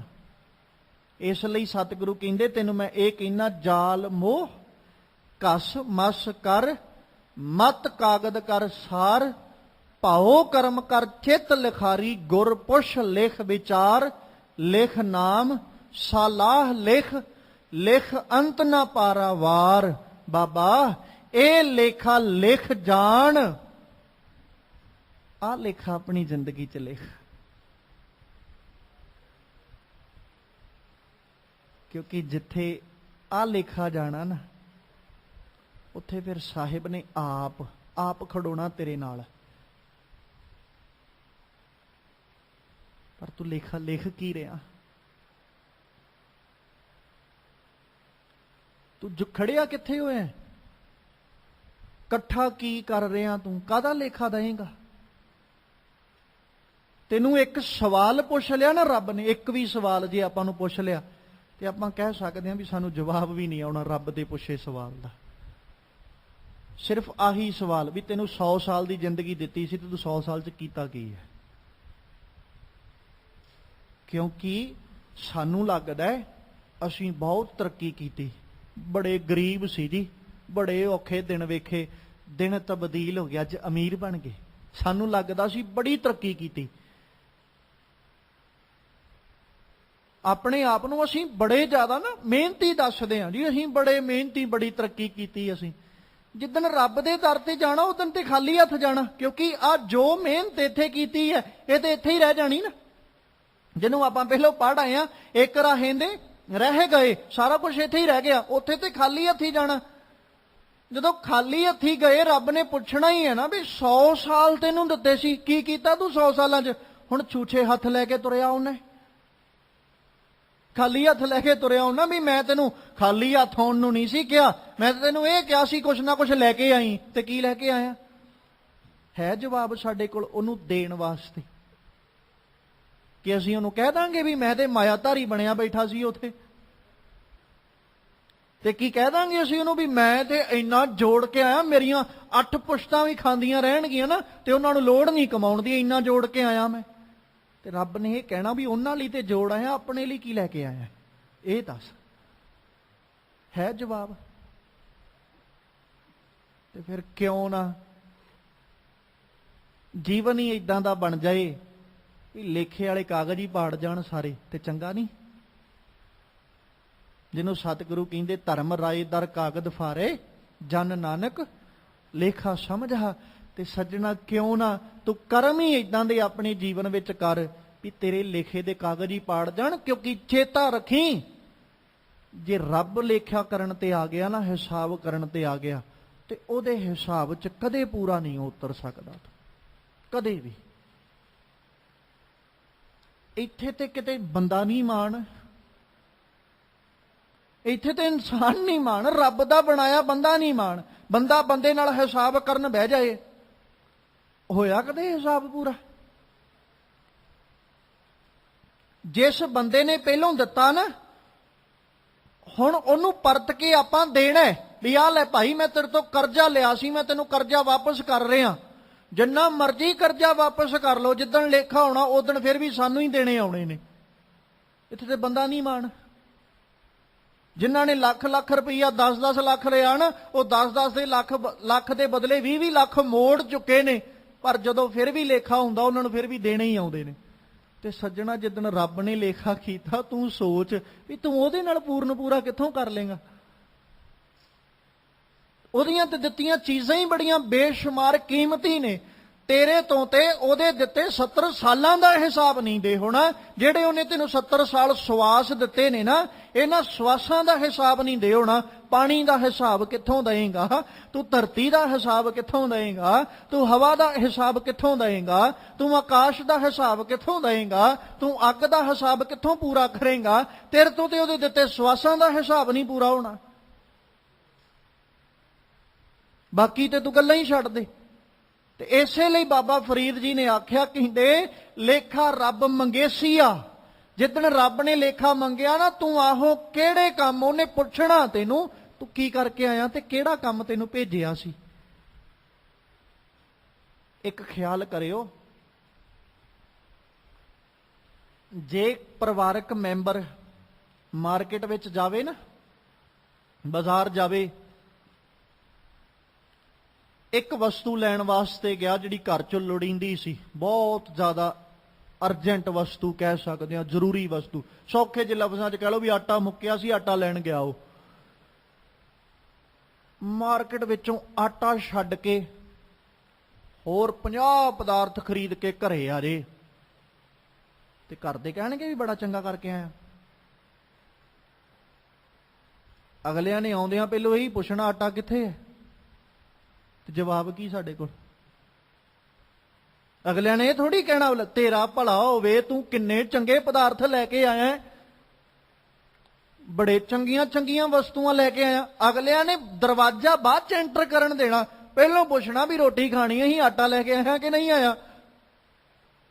ਬਾਕੀ ਵਸਤੂਆਂ ਛੱਡੋ, ਬਾਕੀ ਪਦਾਰਥ ਛੱਡੋ, ਬਾਕੀ ਪਦਾਰਥ ਅਗਲੇ ਹੋ ਸਕਦਾ ਫੜਨ ਵੀ ਨਾ, ਤੇ ਅਗਲੇ ਉੱਥੋਂ ਹੀ ਮੋੜ ਦੇਣਗੇ ਵੀ ਜਾਂ ਪਿੱਛੇ ਵਾਪਸ ਕਰਕੇ ਆ, ਪਹਿਲੋਂ ਆਟਾ ਲੈ ਕੇ ਆ, ਇਹਨਾਂ ਪਦਾਰਥਾਂ ਦਾ ਅਜੇ ਸਰਦਾ ਹੈ।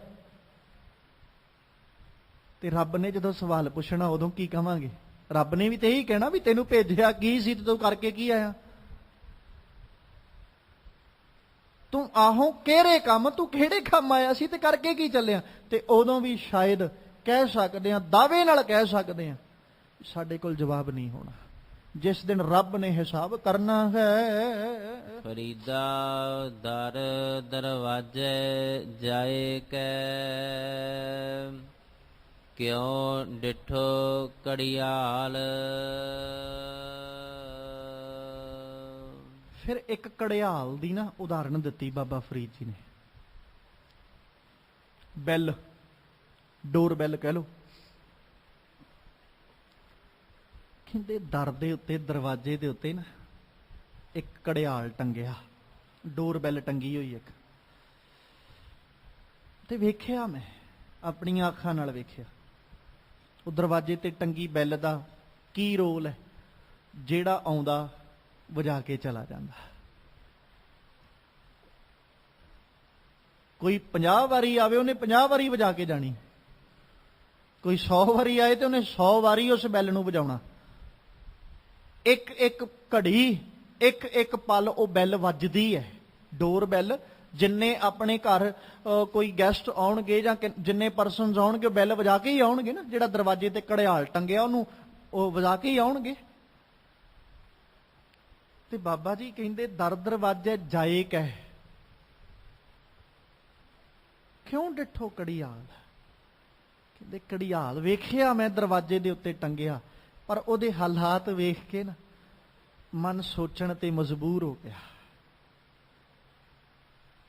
ਮਨ ਸੋਚਣ ਤੇ ਮਜਬੂਰ ਹੋ ਗਿਆ। ਉਸ ਡੋਰ ਬੈਲ ਦਾ ਹਾਲ ਵੇਖ ਕੇ, ਸੌਖੇ ਜਿਹੇ ਲਫ਼ਜ਼ਾਂ 'ਚ ਕਹਿ ਲਓ, ਸਕੂਲਾਂ ਦੇ ਵਿੱਚ ਬੈਲ ਟੰਗੀ ਹੁੰਦੀ ਜਿਹੜੀ ਹਰ ਪੀਰੀਅਡ ਤੋਂ ਬਾਅਦ 'ਚ ਵਜਾਈ ਜਾਂਦੀ, ਰਿਸੈਸ ਹੁੰਦੀ ਫਿਰ ਵਜਾਈ ਜਾਂਦੀ, ਫਿਰ ਛੁੱਟੀ ਹੁੰਦੀ ਉਹਨੂੰ ਫਿਰ ਵਜਾਇਆ ਜਾਂਦਾ। ਜੇ 9 ਪੀਰੀਅਡ ਲੱਗਣੇ ਤੇ 9 ਵਾਰੀ ਉਹ ਬੈਲ ਵੱਜਣੀ ਹੈ।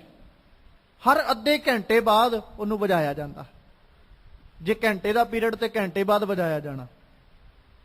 ਤੇ ਬਾਬਾ ਫਰੀਦ ਜੀ ਕਹਿੰਦੇ ਉਹ ਵੱਜਦੀ ਘੜਿਆਲ ਨੂੰ ਵੇਖ ਕੇ ਨਾ, ਉਸ ਬੈਲ ਨੂੰ ਵੱਜਦਾ ਵੇਖ ਕੇ ਮਨ ਸੋਚਣ ਵਾਸਤੇ ਮਜਬੂਰ ਹੋ ਗਿਆ। ਇਹ ਨਿਦੋਸਾ ਮਾਰੀਐ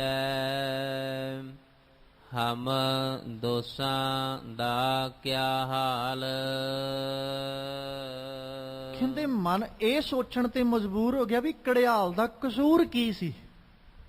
ਉਹਨੇ ਦੋਸ਼ ਤੇ ਕੋਈ ਵੀ ਨਹੀਂ ਕੀਤਾ।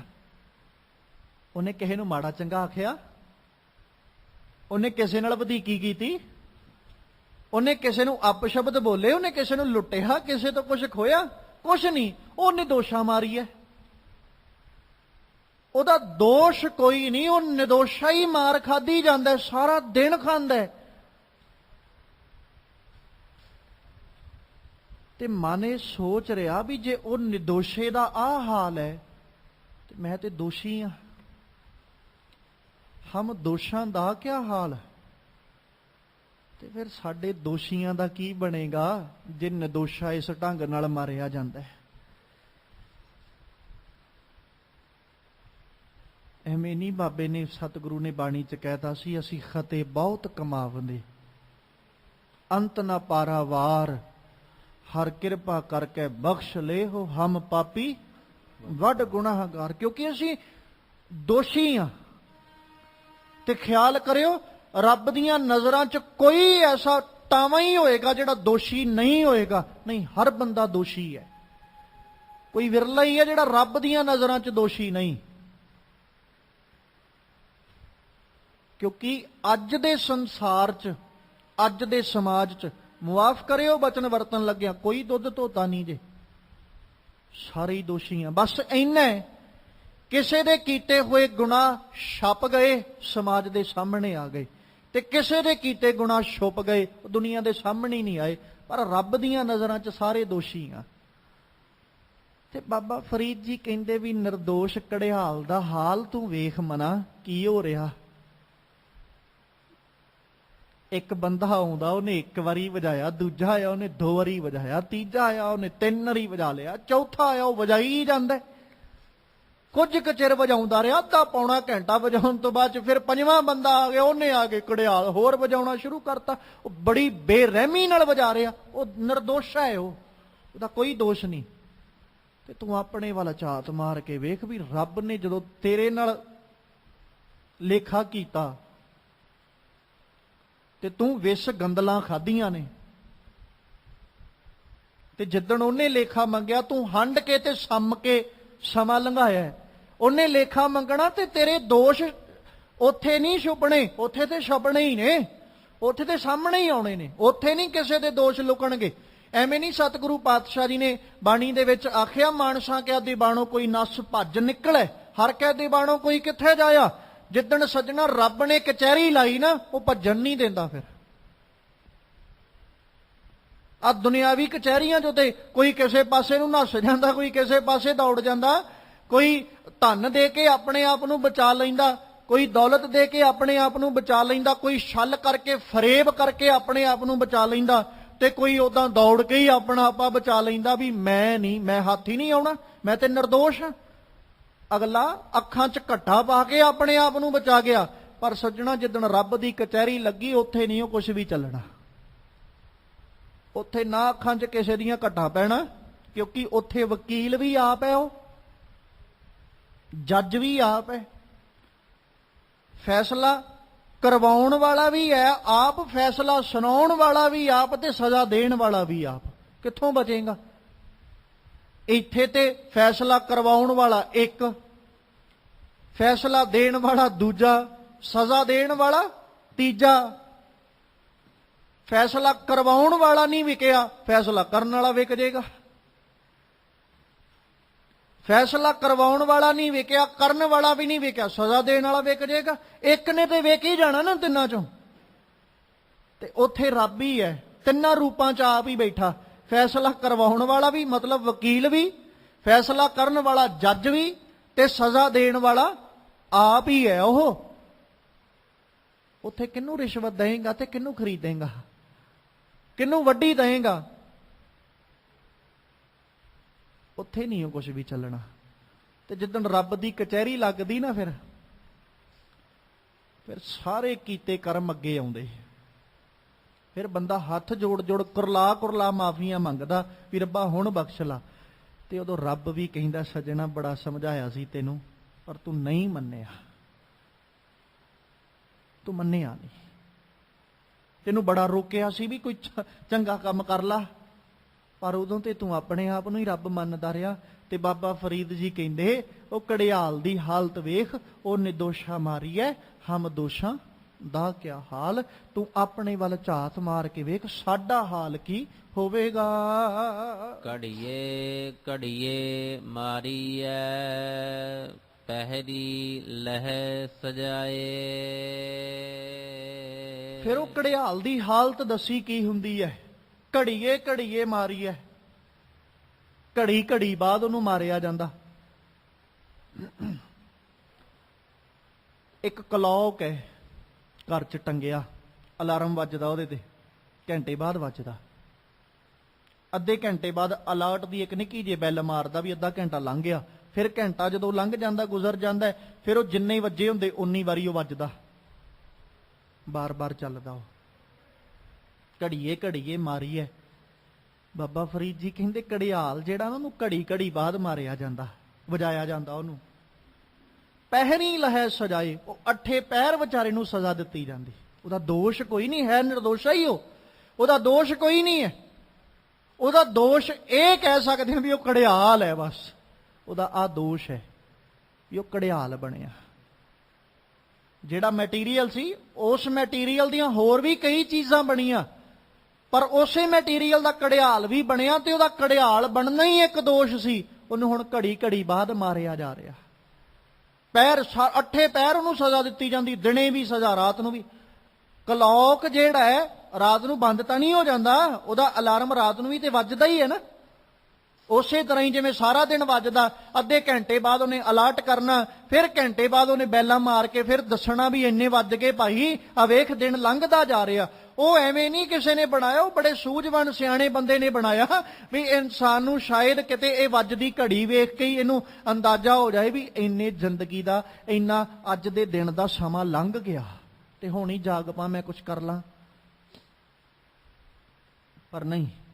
ਤੇ ਤੁਸੀਂ ਵੇਖਿਓ ਕਿਤੇ ਉਹਨਾਂ ਅਲਾਰਮਸ ਦੇ ਵਿੱਚ ਨਾ ਕਈ ਕਲੌਕ ਇਦਾਂ ਦੇ ਵੀ ਆ, ਕਈ ਘੜੀਆਂ ਇਦਾਂ ਦੀਆਂ ਵੀ ਜਿਹੜੀਆਂ ਸਵੇਰੇ ਨਾ 6 ਵਜੇ ਤੋਂ ਵੱਜਣੀਆਂ ਸ਼ੁਰੂ ਹੁੰਦੀਆਂ। ਉਹਨਾਂ ਨੇ ਰਾਤ ਦੇ 6 ਘੰਟੇ ਨਹੀਂ ਵੱਜਣਾ, 12 ਤੋਂ ਲੈ ਕੇ 6 ਵਜੇ ਤੱਕ ਨਹੀਂ ਵੱਜਣਾ, 6 ਵਜੇ ਦੁਬਾਰਾ ਵੱਜਣ ਲੱਗਦੀਆਂ। ਇਦਾਂ ਦੀ ਵੀ ਸੈਟਿੰਗ ਕਿਸੇ ਹਿਸਾਬ ਨਾਲ ਬਣਦੇ।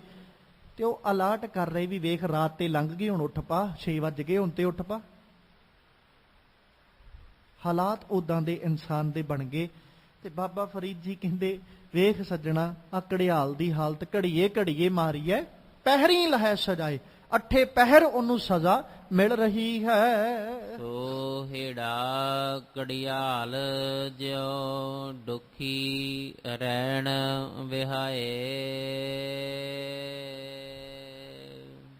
ਕਿਤੇ ਉਸ ਘੜਿਆਲ ਦੇ ਆਕਾਰ ਨੂੰ ਵੇਖਿਆ ਜਾਏ ਨਾ, ਬੜਾ ਸੋਹਣਾ ਲੱਗਦਾ ਉਹ। ਤੇ ਬੰਦੇ ਨੂੰ ਆਪਣੀ ਕਾਇਆ ਦਾ ਬੜਾ ਹੰਕਾਰ ਹੈ, ਮੇਰੀ ਕਾਇਆ ਬਹੁਤ ਸੋਹਣੀ ਹੈ।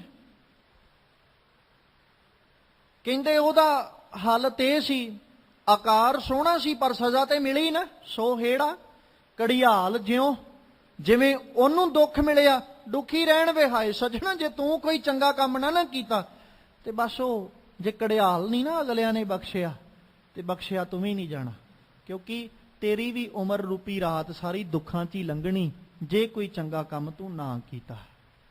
ਤੇ ਉਹ ਤਕਲੀਫ ਕਹਿ ਲਈਏ ਸਾਡੇ ਜੀਵਨ 'ਚ ਆਉਣ ਵਾਲਾ ਦੁੱਖ, ਆਉਣ ਵਾਲੀ ਤਕਲੀਫ ਜਿਹੜੀ ਨਾ, ਜਿਵੇਂ ਘੜਿਆਲ ਤੇ ਚੋਟ ਵੱਜਦੀ ਨਾ, ਤੇ ਉਸੇ ਪ੍ਰਕਾਰ ਸਾਡੇ ਜੀਵਨ 'ਚੋਂ ਚੋਟ ਵੱਜਦੀ ਵੀ ਅਸੀਂ ਦੁੱਖ ਜਿਹੜਾ ਉਹਨੂੰ ਮਹਿਸੂਸ ਕਰਦੇ ਹਾਂ। ਸਾਡੇ ਦੋਸ਼ਾਂ ਦਾ ਹਿਸਾਬ ਸਾਨੂੰ ਮਿਲ ਰਿਹਾ। ਤੇ ਇਸ ਲਈ ਯਤਨ ਇਹ ਕਰੀਏ, ਇੱਕ ਪੱਖ ਤੇ ਬਿਲਕੁਲ ਪਾਸੇ ਹੀ ਕਰ ਦਈਏ ਨਾ, ਰੱਬ ਦੇ ਲੇਖੇ 'ਚ ਆਪਾਂ ਖਰੇ ਨਹੀਂ ਉਤਰ ਸਕਦੇ। ਇਹ ਤੇ ਪਾਸੇ ਹੀ ਕਰ ਦਿਓ ਵੀ ਅਸੀਂ ਉਹਦਾ ਕਰਜ਼ਾ ਮੋੜ ਦਾਂਗੇ। ਇਹ ਜ਼ਰੂਰ ਹੋ ਸਕਦਾ ਵੀ ਉਹਦੇ ਅੱਗੇ ਡੰਡੌਤ ਕਰਦੇ ਆਂ, ਉਹਦੇ ਅੱਗੇ ਅਰਜ਼ੋਈਆਂ ਕਰਦੇ ਆਂ, ਅਰਦਾਸਾਂ ਬੇਨਤੀਆਂ ਕਰਦੇ ਆਂ, ਆਪਣਾ ਲੇਖਾ ਬਖਸ਼ਾ ਲਈਏ, ਉਹ ਬਾਤ ਵੱਖਰੀ ਹੈ। ਕਰਜ਼ਾ ਦੇ ਨਹੀਂ ਹੋਣਾ ਇਹ ਤੇ ਪੱਕਾ ਹੀ ਹੈ, ਇਹਦੇ 'ਚ ਦੋ ਰਾਹਾਂ ਨਹੀਂ। ਅਸੀਂ ਰੱਬ ਦਾ ਕਰਜ਼ਾ ਕਦੇ ਵੀ ਨਹੀਂ ਮੋੜ ਸਕਦੇ। ਕਿਹੜੀ ਚੀਜ਼ ਦਾ ਕਰਜ਼ਾ ਦੇਵਾਂਗੇ? ਹੱਥਾਂ ਦਾ ਦੇਵਾਂਗੇ ਕਿ ਅੱਖਾਂ ਦਾ ਦੇਵਾਂਗੇ? ਬਾਹਾਂ ਦਾ ਦੇਵਾਂਗੇ ਕਿ ਪੈਰਾਂ ਲੱਤਾਂ ਦਾ ਦੇਵਾਂਗੇ? ਕਿਹੜੀ ਚੀਜ਼ ਦਾ ਕਰਜ਼ਾ ਦੇਵਾਂਗੇ?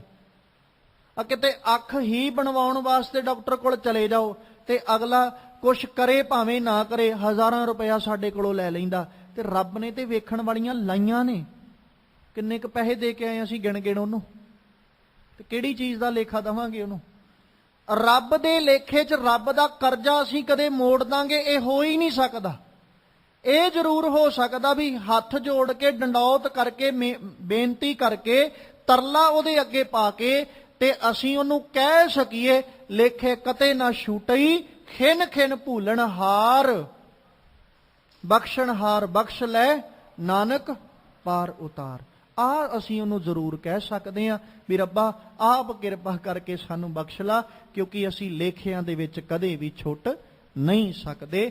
ਉਸ ਮਾਲਕ ਅੱਗੇ ਅਰਜ਼ੋਈ ਕਰਦੇ ਚੱਲੀਏ, ਖਿਨ ਖਿਨ ਭੂਲਣ ਹਾਰ, ਖਿਨ ਖਿਨ ਖਿਨ ਖਿਨ ਭੂਲਣ ਹਾਰ, ਖਿਨ ਖਿਨ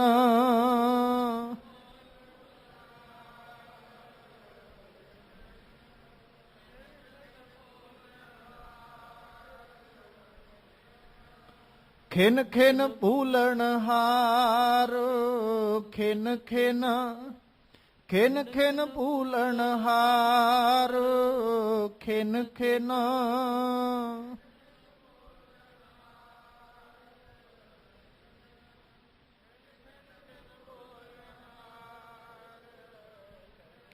ਲੇਖੈ ਕਤਹਿ ਨਾ ਛੂਟੀਐ, ਲੇਖੈ ਕਤਹਿ ਨਾ ਛੂਟੀਐ,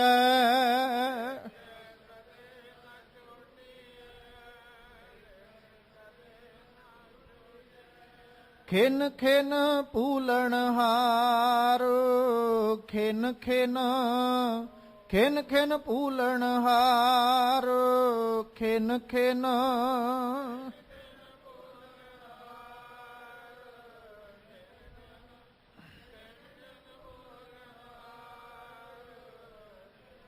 ਬਖਸ਼ਣ ਹਾਰ ਬਖਸ਼ ਲੈ, ਬਖਸ਼ਣ ਹਾਰ ਬਖਸ਼ ਲੈ,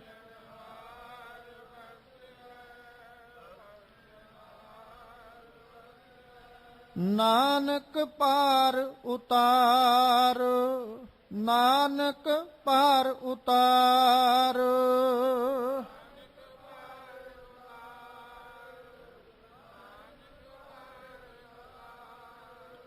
ਖਿਨ ਖਿਨ ਭੂਲਣ ਹਾਰ, ਖਿਨ ਖਿਨ ਖਿਨ ਖਿਨ ਭੂਲਣ ਹਾਰ, ਖਿਨ ਖਿਨ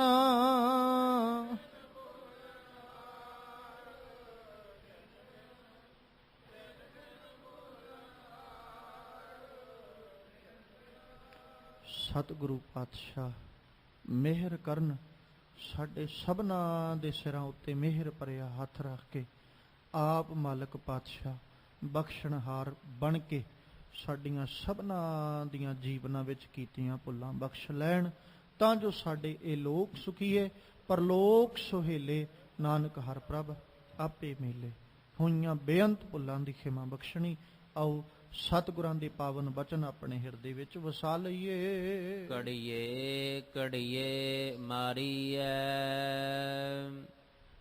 ਪਹਿਰੀ ਲਹਿ ਸਜਾਏ, ਸੋ ਹੇੜਾ ਘੜਿਆਲ ਜਿਉ, ਦੁਖੀ ਰਹਿਣ ਵਿਹਾਏ। ਵਾਹਿਗੁਰੂ ਜੀ ਕਾ ਖਾਲਸਾ, ਵਾਹਿਗੁਰੂ ਜੀ ਕੀ ਫਤਿਹ।